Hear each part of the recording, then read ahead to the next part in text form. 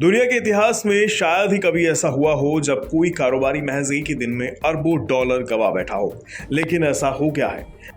आपका अचरज तब और बढ़ जाएगा जब आपको ये पता चले कि महज 30 साल के इस कारोबारी को जीनियस माना जाता है और क्रिप्टो करेंसी की दुनिया में इसकी तूती बोलती थी। खैर, पहेलियां बुझाना बंद करते हैं और बताते हैं कि क्रिप्टो करेंसी की दुनिया के बेहद मशहूर कारोबारी सैम बैंकमैन-फ्राइड वो शख्स हैं जिनके बस एक ही दिन में अरबों डॉलर डूब गए हैं। रकम भी जानकर आप चौंक जाएंगे। पूरे 14.5 अरब डॉलर की पूंजी से हाथ धो बैठे हैं सैम बैंकमैन-फ्राइड। तो आखिर सैम के साथ हुआ क्या और कैसे डूब गई उनकी इतनी बड़ी संपत्ति? चलिए आपको पूरी कहानी सुनाते हैं। सैम बैंकमैन ने क्रिप्टो एक्सचेंज FTX की नींव रखी थी और उनका ये कारोबारी साम्राज्य अरबों डॉलर का हो गया था। लेकिन 9 नवंबर को उनका ये पूरा साम्राज्य ताश के पत्तों की तरह ढह गया। दुनिया का तीसरा सबसे बड़ा क्रिप्टो एक्सचेंज FTX कंगाल हो गया और सैम बैंकमैन समेत तमाम इन्वेस्टर्स की भारी पूंजी इसमें डूब गई। दरअसल इस तरह की खबरें आई कि FTX इंसॉल्वेंसी यानी दिवालियापन की कगार पर पहुंच गया है। बस फिर क्या था, हाहाकार मच गया और पूरा कारोबार भरभरा के रह गया। FTX के नेटिव टोकन की बिकवाली शुरू हो गई। इससे पहले दुनिया का सबसे बड़ा क्रिप्टो एक्सचेंज बाइनेंस FTX को खरीदने का सौदा कर रहा था, लेकिन तब मार्केट में हाहाकार मचा तो बाइनेंस ने इस सौदे से अपना हाथ पीछे खींच लिया।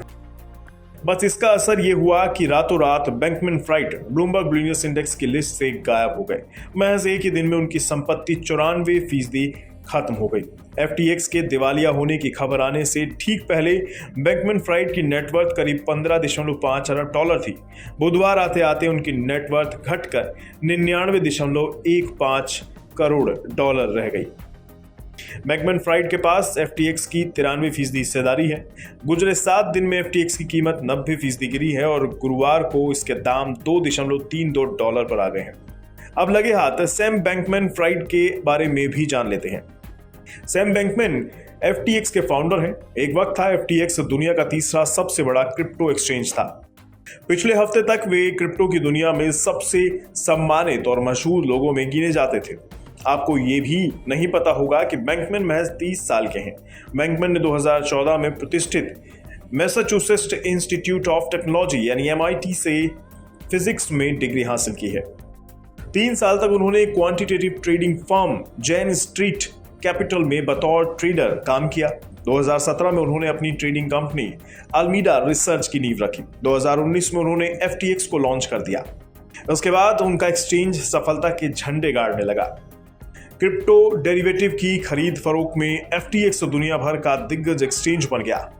2022 की शुरुआत में FTX की वैल्यूएशन 14 अरब डॉलर पर पहुंच गई। 2021 में बैंकमैन आसान नियमों का हवाला देकर FTX के हेडक्वार्टर को हांगकांग से हटाकर बहामास ले गए।